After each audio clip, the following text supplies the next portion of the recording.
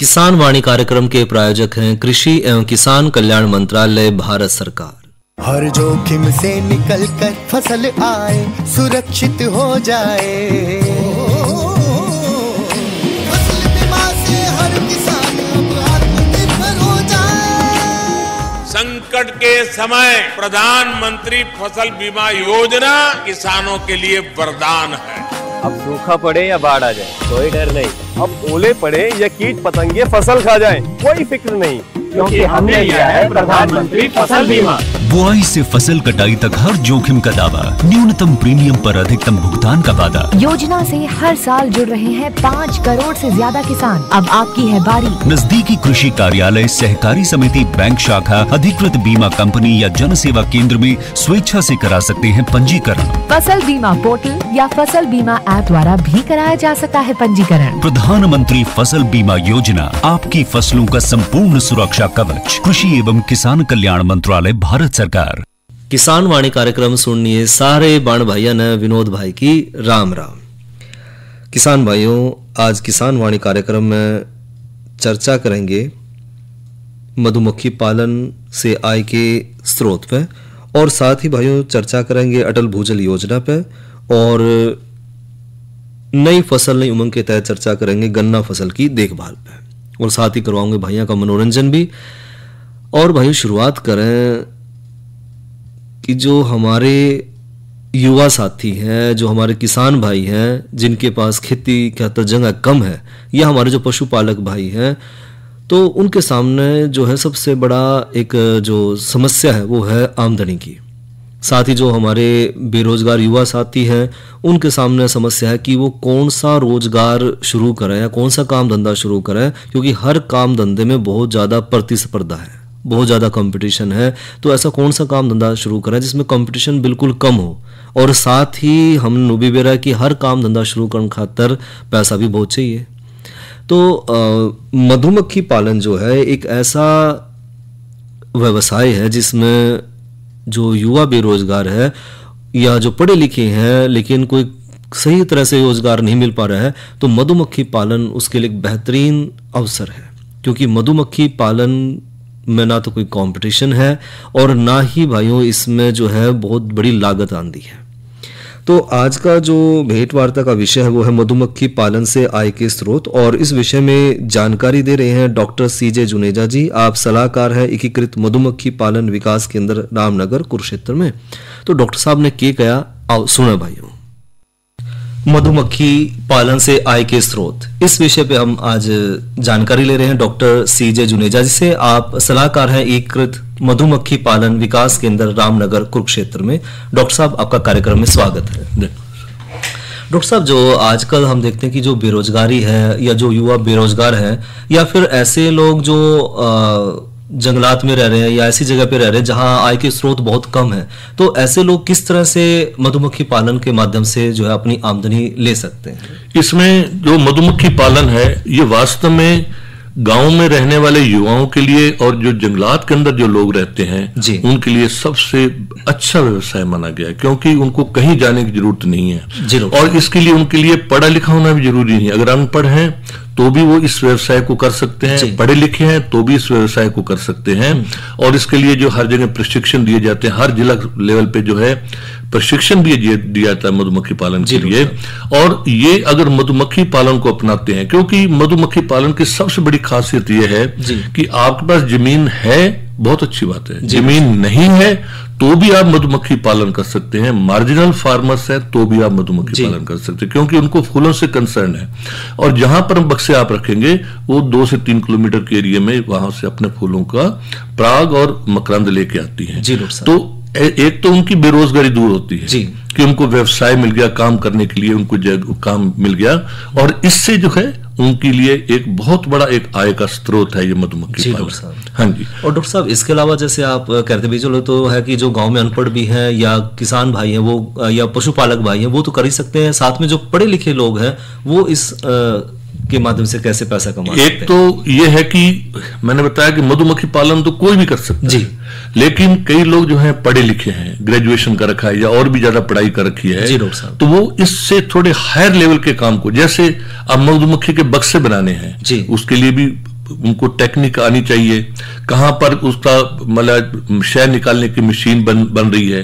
या कई लोग क्या करते हैं कि मधुमक्खी पालने वाले शहद को बेच देते हैं और वो शहद को खरीद लेते हैं, क्योंकि आज की तारीख में सबसे ज्यादा मेहनत करने वाला किसान है और सबसे कम आमदनी लेने वाला भी किसान है। तो प्रॉफिट कौन लेता है? मिडिल मैन लेते हैं। तो हमारे बीच में ही, गांव के बीच में ही जो पढ़े लिखे किसान हैं, ऐसे लोग जो हैं इस व्यवसाय को अपना सकते हैं। वो शहद खरीद सकते हैं फार्मर से और उसके बाद उसकी प्रोसेसिंग, क्योंकि आजकल शुद्धिकरण शहद का बहुत जरूरी है, वरना शहद खराब हो जाता है। तो अब हरियाणा की बात अगर आप करें, रामनगर कुरुक्षेत्र में यहाँ पर शहद की प्रोसेसिंग प्लांट लगा हुआ है, झज्जर के अंदर है, यमुनानगर के अंदर है, फतेहाबाद के अंदर 3 फार्मर्स ने भी प्रोसेसिंग प्लांट लगा रखे हैं। बस उसमें जाके आपको उसका प्रोसेसिंग करवाना है। यानी उसमें अगर पानी की मात्रा ज्यादा है तो वो उसमें कम हो जाती है। अगर उसमें कोई पोलन पार्टिकल है, पराग है, उसके अंदर हवा के बबल्स हैं या डस्ट पार्टिकल हैं, फिल्ट्रेशन प्रॉपर उसके अंदर हो जाता है। यानी आपने शहद को भी जो है कम से कम 60 डिग्री तक गर्म भी किया जाता है इसको, ताकि कोई भी इसमें फर्मेंटेशन वगैरह ना हो। प्रोसेसिंग के लिए भी जो है आजकल हर जगह पे सुविधा अवेलेबल है, और जो सिर्फ 5 रुपए मात्र लिए जाते हैं 1 किलो के प्रोसेसिंग करने के लिए। अगर आपके पास 1 क्विंटल शहद है तो प्रोसेसिंग के लिए सिर्फ 500 रुपए फार्मर से लिए जाते हैं। अगर वो चाहे कि मेरे को बोटलिंग भी करके आप दें, तो बोटलिंग्स के लिए भी जो है सिर्फ 1 रुपया 1 बोतल के ऊपर चार्ज होता है, बल्कि 1 रुपए से भी कम पड़ता है वो। और उसमें बोटलिंग भी हो जाती है और उसके बाद उसकी कैपिंग मतलब सीलिंग भी हो जाती है। आजकल की तारीख में हम ये कह सकते हैं कि 70% शहद जो हम लोग खाते हैं वो अशुद्ध है। पूरी एक रिपोर्ट कहती है कि मतलब ज्यादातर कई सिरप आ गया दुनिया भर के, उसका मिक्सिंग हो जाता है शहद के साथ, पता ही नहीं चलता आपको कि शहद प्योर खा रहे हैं, शुद्ध है या अशुद्ध है। तो इसलिए जो है आज टेस्टिंग भी करवा लें आप तो कई पैरामीटर्स ऐसे बिल्कुल सही उतरेंगे उसके अंदर। तो इसके लिए जो है हमारे किसान भाई जो पढ़े लिखे हैं, जो युवा हैं, पढ़े लिखे हैं, रोजगार नहीं मिल रहा, क्योंकि हर व्यक्ति के लिए रोजगार मिलना बहुत मुश्किल है, तो वो अगर अपना खुद का काम करेंगे तो वो बल्कि दूसरों को भी रोजगार देंगे। तो वो इस शहद की प्रोसेसिंग करवा के और उसके बाद बोटलिंग, क्योंकि ये एक स्कीम है हरियाणा सरकार की, भारत सरकार की स्कीम तो ये है कि कोई भी मधुमक्खी पालन का काम करता है, चाहे वो कॉलोनी लेता है या बक्से खरीदता है, तो 40% अनुदान राशि दी जाती है। लेकिन हरियाणा सरकार में 45% अनुदान राशि किसान को स्टेट गवर्नमेंट की तरफ से भी दी जाती है। मतलब 1 लाख के ऊपर 40,000 रुपए नेशनल बी बोर्ड भारत सरकार की संस्था और 45% जो है हरियाणा सरकार की तरफ से, मतलब 85% अनुदान राशि है। और इसी प्रकार कॉलोनियों के ऊपर भी है। लेकिन जो इक्विपमेंट है, जैसे आपने बोटल्स परचेज करनी है, आप शहद निकालने की मशीन लेनी है, आपने टेंट लेना है, आपने चक्कू लेना है, आपने धुआंदानी लेनी है, आपने मुंह रक्षक जाली लेनी है, आपने ग्लव्स लेने हैं, इसके ऊपर भी आपको 75% की अनुदान राशि मिलती है। तो वो जो पढ़े लिखे किसान है वो क्या करते हैं, वो शहद फार्मर से लिया 120 रुपए, 130 रुपए, 140 रुपए, इससे ऊपर रेट नहीं होता। और मार्केट का रेट क्या है, 500 रुपए। तो वो लोग क्या करते हैं कि वो शहद को प्रोसेसिंग, जो बोतल 30 रुपए की मिलती है उनको 10-12 रुपए की मिल जाती है, क्योंकि अनुदान राशि उसके ऊपर। और प्रोसेसिंग 5 रुपए में शायद प्रोसेस हो गया, यानी उसका शुद्धिकरण हो गया, बोटलिंग हो गई, उसकी सीलिंग लग गई, एक ऑथेंटिसिटी आपके पास हो गई कि आपका शहद बिल्कुल 100% शुद्ध है और सील से बंद किया हुआ है। तो ऐसे शहद को वो फार्मर, जो मिडल मैन, जिसको हमारे पढ़े लिखे जो युवा है, वो उसका फायदा उठा सकते हैं और वो इस शहद को ज्यादा कीमत पे बेच के अपनी आमदनी कर सकते हैं। इसी प्रकार से आप ये समझ लो कि आज हम ये कहते हैं कि वो समय भी चला गया जब हम कहते थे कि मधुमक्खी पालन क्यों करते जी, शहद का उत्पादन के लिए। लेकिन अब मधुमक्खी पालन एक शहद के लिए हम नहीं करते, अब कई बाई प्रोडक्ट्स हैं। हमारे पास 6 बाई प्रोडक्ट्स हैं जिसमें एक शहद होता है। यानी बक्सा आपके पास है, फूल आपके पास है, आप खुद फार्मर है, तो आप पहले शहद इकट्ठा करते हैं, आप कहते हैं जी मैं तो शहद के उत्पादन के लिए मधुमक्खी पालन कर रहा हूं। लेकिन उसी बक्से से आप मोम भी ले सकते हैं, आप पराग भी ले सकते हैं, आप गोंद भी ले सकते हैं, आप रॉयल जेली भी ले सकते हैं, आप मधुमक्खी का विष भी ले सकते हैं। यानी इतने बाई प्रोडक्ट हैं। अगर आप, मैं जैसे मोम की बात करूं तो शहद जब भर जाता है तो उसके ऊपर मक्खियां जो है कैपिंग करती हैं जब शहद पक गया, क्योंकि मक्खियां शहद मकरंद लेके आती हैं और उसके अंदर, मुंह के अंदर गया, सलावा मिक्स हुआ स्टोमक में गया, एंजाइमेटिक रिएक्शन हुआ, वो शहद में कन्वर्ट हो गया, मक्खियों ने फिर उड़ेल दिया छत्ते के अंदर, लेकिन उसमें पानी की मात्रा 80% है। मक्खियां वेपोरेशन करती हैं, पानी को सुखाती हैं। जब 20% मॉइस्चर रह जाता है तो मक्खियां शहद को खा के मोम बनाती हैं और मोम से उसकी कोटिंग कर देती हैं। वो इसलिए करती हैं कि वो छत्ता अगर 20 साल भी पड़ा रहे तो उसका शहद खराब सुरक्षित रहेगा। एक प्रकार से वो उनका बैंक है मक्खियों का। वो बात अलग है कि हम जैसे उसकी सफेदी आती है हम चोरी करके शहद निकाल लेते हैं, लेकिन वो तो अपने बच्चों की परवरिश के लिए, फ्यूचर के लिए इकट्ठा कर रही है। तो वो जो है आप उससे जो है मोम को आप शुद्ध करके आपका 250-300 रुपए किलो मोम बिक जाता है। पराग की बात करें तो पराग एक नर भाग है फूल का, यानी जिसकी रिक्वायरमेंट बहुत कम है, परागीकरण में ये काम आता है, या मक्खियां इसको फीड के रूप में रानी को रॉयल जेली के लिए, या मक्खियां पराग और शहद को मिला के खिलाती हैं। लेकिन पराग 10% भी यूज नहीं होता, बाकी तो गिर गया और उसके बाद हवा उसके हमने प्लो कर दिया, उसको हल चला दिए। तो अगर उसको आप एक यंत्र लगा के इकट्ठा कर लेते हैं तो जितनी आमदनी आप पराग से कर सकते हैं उतनी आमदनी आपको शहद से नहीं मिलती। इसी प्रकार से आप गोंद इकट्ठा कर सकते हैं, रोल जेली इकट्ठी कर सकते हैं। तो ये सारे आमदनी के साधन हैं फार्मर्स के लिए कि आप मधुमक्खी पालन के साथ बाई प्रोडक्ट्स का भी काम करोगे तो आपकी आमदनी 4-5 गुना बढ़ जाएगी। हम कहते हैं कि ऑन एवरेज एक बक्सा साल में सारे खर्चे निकाल के आपको 2000 की आमदनी देता है, लेकिन अगर बाई प्रोडक्ट्स आप 3-4 इसके साथ कर लेते हैं तो एक बक्सा सारे खर्चे निकाल के आपको 7000 से लेकर 10,000 रुपए तक की आमदनी देता है। जी डॉक्टर साहब, इसके अलावा ये तो एक आपने और बताया कि आमदनी का जो साधन है वो मोम है, पराग है, गोंद है, या जो रॉयल जेली है या मधुमक्खी विष है। इसके अलावा डॉक्टर साहब एक और देखा गया कि जो वृक्षों का जो परागीकरण करना है कि कई बार देखा कि मधुमक्खी को स्थानांतरित करते हैं एक जगह से दूसरी जगह, तो उसमें भी क्या किसान भाई या जो मधुमक्खी पालक भाई है वो अभी आप अप्रैल का महीना है, अब आप देख लीजिए कि जो हमारे सेवों के फूल मतलब जो पेड़ है उसमें फूल आ रहे हैं। जब तक उसका परागीकरण मधुमक्खियों से नहीं होगा, और कोई परागीकरण नहीं कर सकता, कोई कीट पतंगा या तितली भंवरा नहीं कर सकता, जब तक उसका परागीकरण उसके नर और मादा का मिलन नहीं होगा आप सेब की फसल नहीं ले सकते। और आजकल हमारे हरियाणा के जो प्रोग्रेसिव बी कीपर हैं वो वहां पर पहुंच चुके हैं, पंजाब से लोग पहुंच जाते हैं, और आज की तारीख में ये 6-7 साल से तो हमारे हरियाणा के लोग जा रहे हैं जो पहले 400 रुपए 20-25 दिन की फ्लावरिंग होती है या 25 दिन के लगभग, वो 400 रुपए देते थे किराया। आज वो किराया बढ़ के 1500 से 2000 रुपए तक हो गया, और वो बक्से लेके भी जाते हैं, परागीकरण करवाते हैं, बक्से वापस आपको देते हैं और आपको किराया भी देते हैं। ये एक आमदनी का साधन है हमारे लिए। लेकिन जो आम फसलें हैं, कई लोग बीज बनाने का काम करते हैं, कई किसी और पर्पस के लिए मान लिया जो फसलें उगा रहे हैं, तिलहनी फसलें हैं, परागीकरण के लिए मान लिया आपको पैसा तो मिलता ही है, लेकिन इसके फायदे क्या हैं?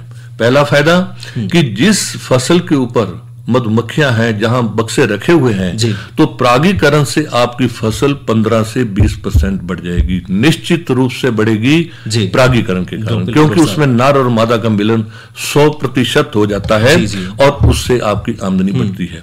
दूसरा, जिससे क्वांटिटी तो बढ़ती है, बीज की गुणवत्ता भी बढ़ती है, मतलब क्वालिटी भी बढ़ती है और क्वांटिटी भी बढ़ती है। 2 फायदे हुए। तीसरा सबसे बड़ा फायदा यह है कि जिस फूल के ऊपर मधुमक्खी पहुंच गई, मतलब उस फूल की बीमारियां कम होनी शुरू हो जाएंगी। आप ये मान के चलो कि ऑन एन एवरेज 50% से कम बीमारियां रह जाती हैं, बाकी सारी खत्म हो जाती हैं जिस फूल के ऊपर मधुमक्खी चलेगी। यानी जो बीमारियों का खर्चा आपका था वो भी 50% से कम हो गया। तो इसलिए मधुमक्खी पालन मतलब एक परागीकरण के लिए आप ये समझ लो कि फसलों का मैंने बढ़ा दिया। पूरे हमारे यहाँ पर इतनी इसकी डिमांड है मधुमक्खियों की, एक साइंटिफिक रिपोर्ट ये कहती है कि अब हमारे 3.4 मिलियन कॉलोनीज हैं, लेकिन हमारी रिक्वायरमेंट तो कम से कम 150 मिलियन कॉलोनी की है, क्योंकि हमारा जितना फ्लोर अभी तो हम 10% भी यूज नहीं कर पाए। बिल्कुल। और प्रॉपर अगर पोलिनेशन किया जाए तो हमारे लिए इतनी डिमांड है कि हम अगले 100 साल तक भी ना तो मधुमक्खियों की डिमांड पूरी कर सकते हैं, ना शहद की डिमांड पूरी कर सकते हैं, ना किसी बाई प्रोडक्ट की डिमांड पूरी कर सकते हैं। यानी इसका स्कोप इंडेफिनेट है, बहुत ज्यादा है इसका। जी डॉक्टर साहब। तो इसलिए परागीकरण का बहुत बड़ा महत्व है हमारे लिए कि अगर मधुमक्खी, अब तो आपको मैं बता रहा हूं कि एग्रीकल्चर का जो 6th इनपुट है वो मधुमक्खी को कर दिया गया है, यानी ये एग्रीकल्चर का पार्ट है जो सबसे सस्ता है और सबसे जरूरी है। और इससे एनवायरनमेंट साफ रहता है, वातावरण बिल्कुल शुद्ध रहेगा। जहां पर मधुमक्खियां हैं मतलब वातावरण बिल्कुल साफ सुथरा है, ये किसी को कोई नुकसान नहीं करती, किसी बीज के उत्पादन में किसी तरह का, बल्कि परागीकरण के कारण फसलों की गुणवत्ता बढ़ती है, प्रोडक्शन बढ़ता है, ये होता है। बिल्कुल। अब तीसरी लास्ट में मैं एक चीज और बताना चाहूंगा कि हमारा जैसे हर चीज हम ट्रेडिशनल बी कीपिंग करते हैं जी। पहले पेड़ों पे भी लोग छत्ते लग जाते हैं जंगलात मक्खियों के, वहां से लोग शहद निकालते हैं, लेकिन वो शहद प्योर नहीं होता जी। जो इटालियन बी है जो बक्सों के अंदर हम पालते हैं वो 100% आप शुद्ध शहद ले सकते हैं, लेकिन इसके अंदर भी बड़ा रेवोल्यूशन अब आ रहा है। रेवोल्यूशन इन द सेंस कि हम ट्रेडिशनल मेथड से अगर मधुमक्खी कर रहे हैं, हमारा उन्होंने कितना प्रोडक्शन है 10 किलो 15 किलो, ज्यादा से ज्यादा 20 किलो का। पंजाब में जरूर हमारा 40 किलो हो जाता है क्योंकि वहां और भी अवेयरनेस ज्यादा है। हरियाणा में भी आप कोई पीछे नहीं है, बहुत प्रोग्रेसिव फार्मर्स हमारे हो गए हैं। 40 ज्यादा, इससे भी शायद ज्यादा कर रहे हैं। लेकिन चाइना जैसे शहद में तो वहां पर 100 किलो शहद का उत्पादन होता है। कारण क्या है? अगर पंजाब का फार्मर यहाँ पर बक्से रखे हुआ उसका 40 किलो हो रहा है, हमारा 20 किलो हो रहा है, तो क्या कारण है उसमें? उसमें कोई जादू तोड़ा जंतर में कुछ नहीं है, सिर्फ इसके अंदर क्वीन की क्वालिटी कैसी है। आपने क्वीन को मतलब इसी से आप आइडियल लगाओ कि एक बुल जो है वो 4 से 8 करोड़ का बिकता है और एक बुल की कीमत आपकी लाखों में भी नहीं है। बिल्कुल। तो इसका मतलब कि जो बुल 4 करोड़ का है उसका परवरिश, उसकी माँ उसकी बहुत गुण वाली थी, उसकी पैदाइश हुई, मेटिंग उसका अच्छा हुआ, उसमें सारी गुणवत्ता है। इसी प्रकार से अब आर्टिफिशियल क्वींस का रेजिंग शुरू हो गया, मतलब कि हम आर्टिफिशियली रानी मक्खियों को की पैदावार कर रहे हैं। एक दिन के लार्वा को जो है हम सेग्रीगेट कर लेते हैं और उसके अंदर जैसे उस बक्से के अंदर डालते हैं जिसमें क्वीन ना हो तो एकदम उसमें रॉयल जेली भरनी शुरू हो जाती है, क्योंकि वहां पर रानी को रेज करते हैं वर्कर्स। तो वो 5-4 दिन तक लगातार उसमें रॉयल जेली भर जाती है और जब क्वीन बनती है तो कम से कम 1.5 इंच की क्वीन होती है, इतनी हेल्दी स्वस्थ होती है। और ये सीजन सबसे बेस्ट जो होता है 15 जनवरी से 15 मार्च के बीच में 2 महीने, वो ब्रीडिंग सीजन है। टेम्परेचर बड़ा फेवरेबल है, अनुकूल है, फूलों की भरमार है उस समय। और क्वीन रेजिंग हमने रामनगर क्षेत्र में भी यहाँ पर जो IBDC integrated bee keeping development centre है या एकीकृत मधुमक्खी पालन विकास के अंदर है, यहाँ पर भी शुरू कर रखा है। पंजाब PIU लुधियाना के अंदर भी जो है ये क्वीन रेडिंग का काम हो रहा है। सोलन में तो अब 4 करोड़ का प्रोजेक्ट आया है कि अगर आप 100 बक्से मक्खियों के रखते हैं और जितना शहद आप ले रहे हैं आप 20 बक्से अच्छी क्वीनों के साथ रखोगे तो आपका प्रोडक्शन सेम होगा। तो साइंस ये कहती है आज की तारीख में मॉडर्नाइजेशन, इस समय जो है मॉडर्न टाइम है कि हमारे को एक तो अच्छी क्वीन बनानी है। अच्छी क्वीन होगी, अगर बीज अच्छा है तो फसल अच्छी होगी, रानी मक्खी अच्छी है तो मक्खियां ज्यादा पैदा होंगी, आपका प्रोडक्शन ज्यादा बढ़ेगा। जितना बड़ा परिवार उतना सुखी परिवार। मधुमक्खियों में हमारा जितना बड़ा परिवार उतना छोटा परिवार उतना सुखी परिवार, हमारे से बिल्कुल अपोजिट है। लेकिन आप सोचिए कि कोई भी मधुमक्खी फिर भी भूख से नहीं मरती, यानी इतनी उसमें क्वालिटी होती है क्वीन में। वो इतने अंडे देती है जितना वो इंश्योर करती है कि उसका कोई बच्चा भूख से नहीं मरेगा। तो मेरे सिर्फ कहने का मतलब है कि अब हमारे को हमारी सोच को बदलना है, हमें नई तकनीक को अपनाना है, आधुनिक विधि द्वारा मधुमक्खी पालन करें, नंबर 1। नंबर 2, आप एक शहद के पीछे बात मत करें, सभी बाई प्रोडक्ट्स को लेके चलें, आपकी आमदनी 4, 5, 6 गुना बढ़ जाएगी। और तीसरा, हमें परागीकरण की तरफ ध्यान देना है। किसी की भी फसल होगी, पहले लोग बक्से खेतों में रखने नहीं देते थे, मधुमक्खी फूलों को खा जाती है, मधुमक्खी तो फूलों का रस चूस लेती है, मधुमक्खी तो डंक मारती है। आज फार्मर ये कहते हैं कि हमारे से 1000 रुपए भी लो, बक्से हमारे खेत में रखो। उनको पता लग गया कि परागीकरण से क्वालिटी और क्वांटिटी दोनों सीड की बढ़ती है, गुणवत्ता बढ़ती है, बीमारियां कम होती है, वातावरण साफ रहता है। तो बिल्कुल रिवर्स हो गया है। इन चीजों का हमारे किसान ध्यान रखेंगे तो उनकी आमदनी भी बढ़ेगी, उनको रोजगार भी मिलेगा और वो बजाय रोजगार लेने के दूसरे लोगों को भी रोजगार देंगे। डॉक्टर सीजे जुनेजा जी, आपने मधुमक्खी पालन से आय के स्रोत पे इतनी महत्वपूर्ण और इतनी अच्छी जानकारी दी कि उम्मीद है कि हमारे जो मधुमक्खी पालक भाई हैं या जो हमारे कृषक भाई हैं या पशुपालक भाई हैं जो इसको सुनेंगे वो निश्चित इससे लाभ उठाएंगे। डॉक्टर साहब, आपका धन्यवाद। थैंक यू सर, धन्यवाद। और भाइयों, ये तो ली जानकारी मधुमक्खी पालन से आय के स्रोत भाइयों। और इब करवाऊं भाइयों का मनोरंजन, सुनिए लोकगीत।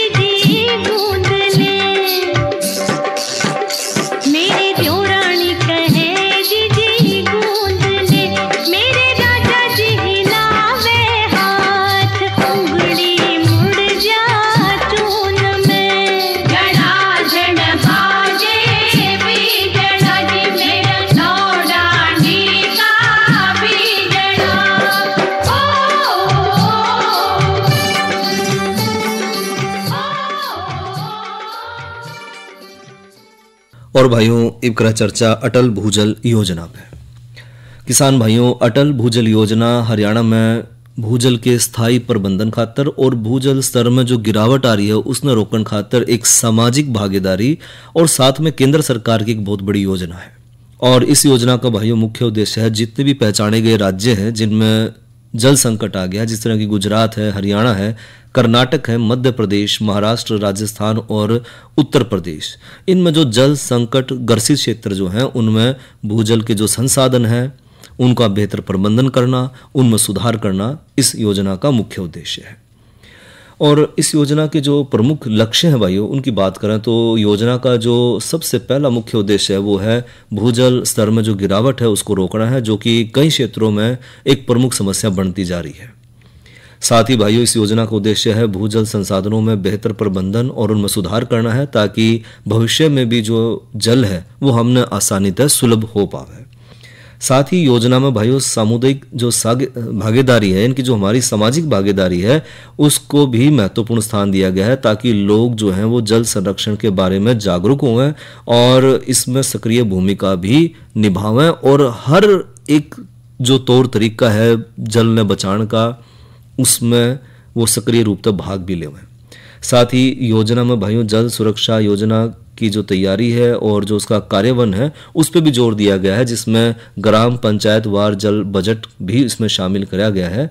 और साथ ही भाइयों योजना में जलागम जो क्षेत्र हैं उनका प्रबंधन करना पे भी इसमें ध्यान केंद्रित किया गया है, जिसमें भूजल पुनर्भरण है, यानी कि जो जमीन के नीचे का पानी है उसको हमने दोबारा रिचार्ज करना, दोबारा भरना है, और जल संचय इसमें शामिल करा गया। जिस तरह बारिश हो है तो हम जो अपनी छत पर पानी आया है उसने इकट्ठा कर लें, या हमारे मैदान में जो पानी इकट्ठा हुआ है उसने हम इकट्ठा करके उसने फिर बाद में प्रयोग कर सकें। और हरियाणा सरकार ने भाइयों अटल भूजल योजना को लागू करने के लिए जल संसाधन विभाग को इसका नोडल एजेंसी बनाया है। और साथ ही योजना के तहत भाइयों हरियाणा के कुछ चुने हुए जो जल संकट ग्रस्त क्षेत्र हैं उनमें भूजल प्रबंधन में सुधार खातर कई तरह की गतिविधियां भी इसमें शुरू कर दी हैं। और इन गतिविधियों में जागरूकता अभियान है, सामुदायिक भागीदारी है, जल बजट का निर्माण है और साथ ही जल सुरक्षा योजना का भी इसमें शामिल करा गया है।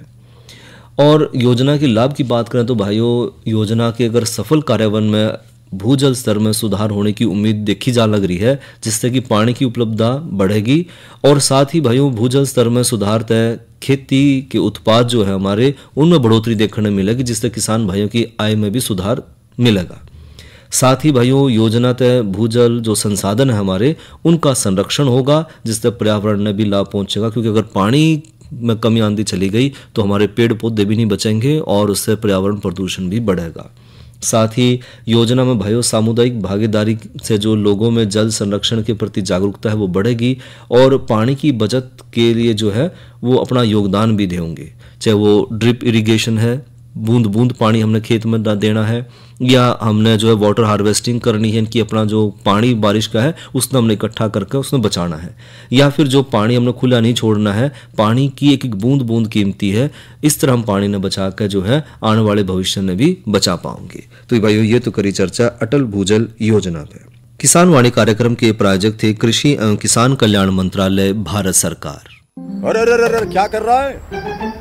इधर इधर इधर हम बोल रहे हैं तेरे बीजू का। उतला बोल रहा है? पक्षियों से तो हम खेत को बचा लेते हैं, पर इन घातक रसायनों से कैसे बचाएं? मतलब?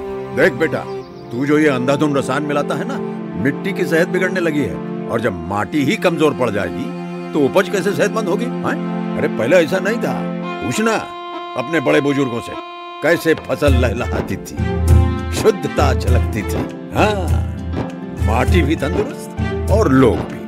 पहली वाली बात कहाँ? पर अब तो सब यही डाले हैं। सब नहीं, आज भी लाखों जागरूक किसान परंपरागत विधि से फसल उगा रहे हैं, खर्चा कम और उपज की कीमत भी बेहतर पा रहे हैं। सच है?